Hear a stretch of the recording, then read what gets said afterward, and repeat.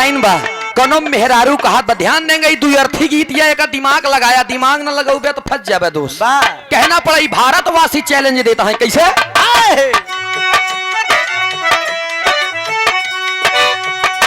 अरे चढ़ली जवनिया के अरे चढ़ली जवनिया के पोल जनी खोला पपियारा हरि के बोल जनी बोला पपियारा हरि के बोल जनी बोला पपियारा हरि के बोल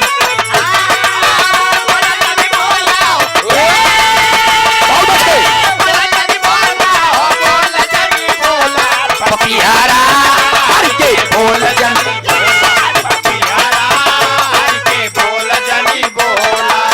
लेकिन हमारे बोल पे ध्यान दो आप कैसे जो लोग एक मिनट जो लोग भैया हमारे खाना खाए के आवत है उनका आवत जे नहीं खाए बा आप सब जा खाई खाई आवा काहे कहती भोजन और भजन दोनों चीज की व्यवस्था बा उधर भोजन करत रहे कि भजन चलता ही बा कहना पड़ा कैसे अरे 3 बार रेला के कहा भाई जानता भारत के नौजवानों की बोली है अब न समझाओ ध्यान देना कैसे अरे 3 बार रेला हम अरे तो के निहुराई सतभतारी मन बे आपन फराई सतभतारी मन बे आपन फराई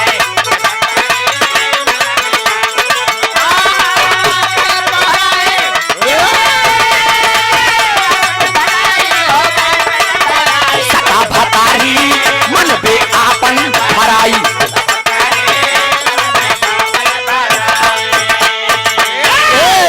3 बार रेला हम तो के निहुराई सतभतरी रे मनबे आपन फराई कैसे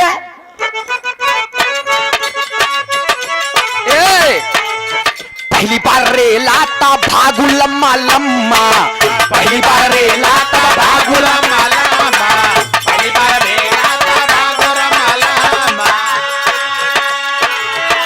अरे पोलरी तक रेला चिल्लानु अम्मा अम्मा पोलरी चिल्लायो अम्मा बोल करेला चिल्लायो अम्मा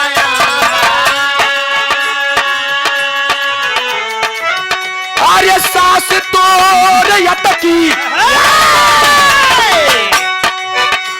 अरे सास तोर यतकी देबै मोटका खुदाई सता भतारी मन बे आपन फराई भतारी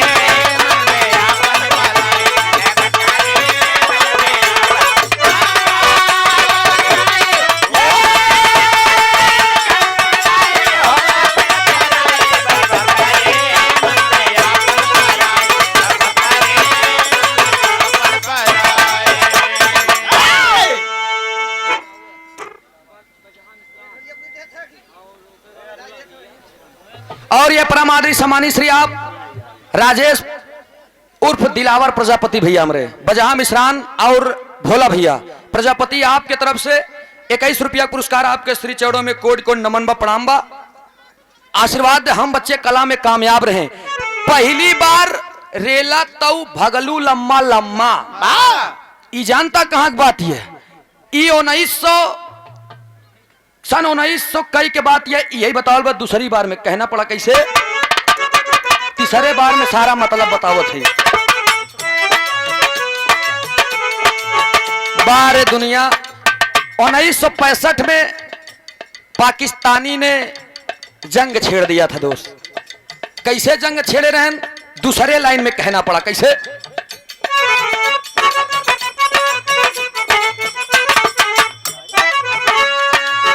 दूसरी बार चापा तो फाटी गवा चाचा फाटी गवा चाचा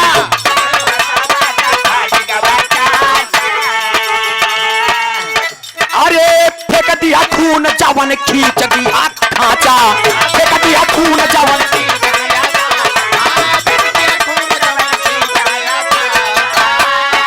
भागी हूँ कहाँ अरे भागी हूँ अमेरिका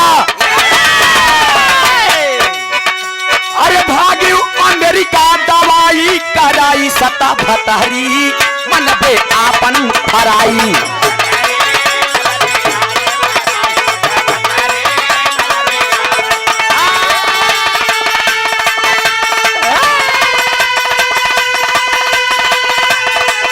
बहुत अच्छे।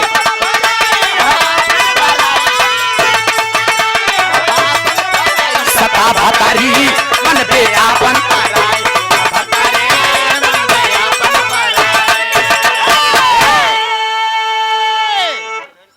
क्या बात है राजू भाई। और ये सम्मानित श्री आप भाईलाल प्रजापति हैंडपंप मिस्त्री बगैचे से 51 रुपया का पुरस्कार इस भाव पे प्रसन्न होकर बहुत बहुत नमन बा प्रणाम बा आशीर्वाद दे। हम बच्चे कला में कामयाब रहे, जहां रहे खुश रहे, आबाद रहे। गौर करेंगे आप, सन 1965 की बात थी जब पाकिस्तानियों ने जंग छेड़ दिया था भारत वालों से। उतनी समय कहना पड़ा कैसे,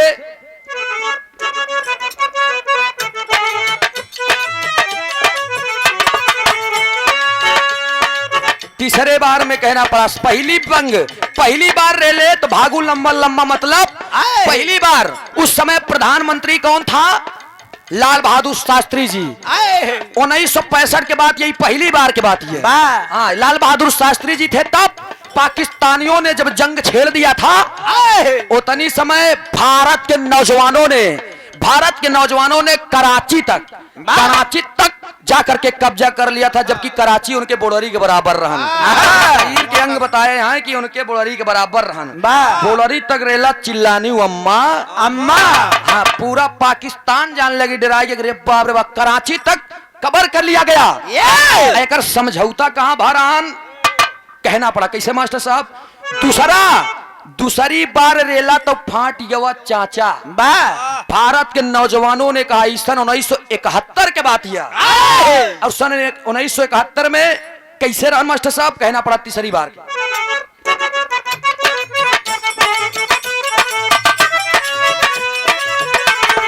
बारे कभी सन 1971 में इंदिरा गांधी का समय चल रहा था। ध्यान दें आप, दूसरी बार रेला तो फाट गया चाचा। अब फेंक दिहले खून जवन खींच दिहले चाचा। दूसरी बार के मतलब 1971 में इंदिरा गांधी का समय था। उतनी समय पूर्वी पाकिस्तान से जब जंग छिड़ा था तो भारत के नौजवानों ने पूर्वी पाकिस्तान को कब्जा कर लिया, जो आज वही पूर्वी पाकिस्तान के स्थान को लोग बांग्लादेश कहते हैं। एक इतिहास उठाए के पढ़ लिया, कहा कहते हर चीज में लबेदी चल जाई लेकिन इतिहास में ना चली। सन 1999 में तीसरी बार कैसे रेलाई भरी, ध्यान दिया।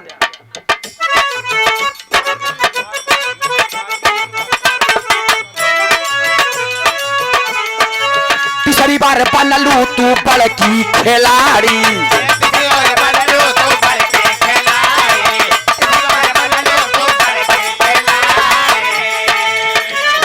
तीसरी बार बनलू तू बनकी खिलाड़ी। और अरे कुछ दिहागा थुथुर के पिछाड़ी, कुछ दिहागा थुथुर के।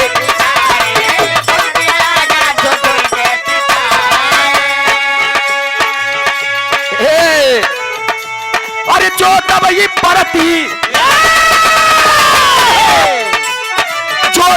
परती फारे अंदर घुसाई सत भतारी मन बे आपन फराई।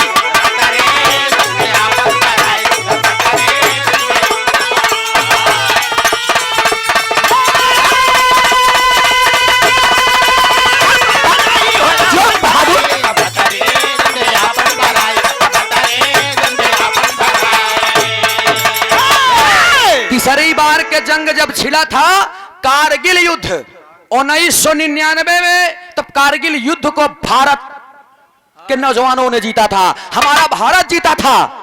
उतनी समय प्रधानमंत्री के रहे अटल बिहारी वाजपेयी। ध्यान दिया आप, हम जौन गाँव हम उल्टा सीधा ना गाँव, जौन पाए है देखे जौन हमारे इतिहास में लिखा वो उतना ही गाँव। सम्मानित श्री आप कमला शंकर प्रजापति जी, आपके तरफ से इस भाव पे प्रसन्न होकर 51 रुपया का पुरस्कार नमस्ते प्रणाम बा। लेकिन पहले आप बारीकी पे ध्यान दे दोस्त। इधर अटल बिहारी वाजपेयी थे प्रधानमंत्री, और उतनी समय कारगिल का युद्ध भारत हमारा हिंदुस्तान जीता था दोस्त।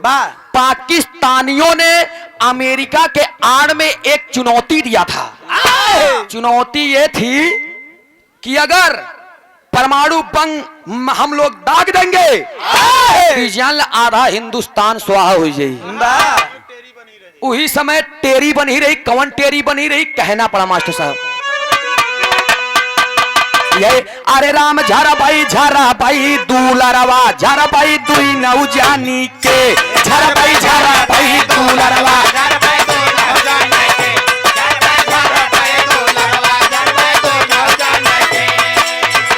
तोहरा उबुर का फारा तोहरा उबुर का फारा तोहरा उबुर का फारा बुरका तोहरा बुरका शुद्ध बोला। शुद्ध बुरका ये बुरका ना हो शुद्ध बुरका है। तोहरा बुरका फारब ओनहु के घाघरावा दूलरवा झारब दुई नौ जानी के तोहरा बुरका फारब ओनहु के घाघरावा दूलरवा झारब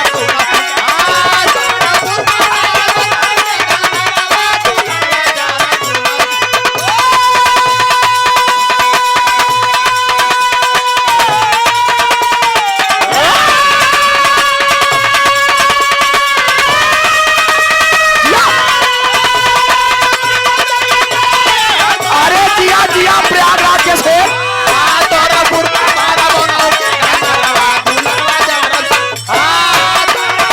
क्या बात है दिल बहादुर गुरुदेव। तब उस समय अटल बिहारी वाजपेयी ने खुली चुनौती दिया था कि तू लोग परमाणु अगर दाग दे बया तो हमारा आधा हिंदुस्तान मान ले खत्म हो जाए, लेकिन हम लोग अगर परमाणु बम दाग देंगे तो पूरा का पूरा पाकिस्तान नक्शे से गायब हो जाए। ईरान हमार 3 बार रेला हम तो के निहुराई आ 77 रे मनबे आपन हराई। एका देखा दूसरे पे ध्यान दी दिया गवैया है हम लोग। हाँ संस के झगड़ा जी लगाया है, लेकिन वही में एक टेरी बनी कि तोहरो बुरका फारा बनहु के घंघरावा। बुरका पाकिस्तान में बांधा थी आ घंघरा चीन वाले पहने थे। तो तोहरो बुरका फारा बनहु के घंघरावा दुलरवा झारबई दुई जन के।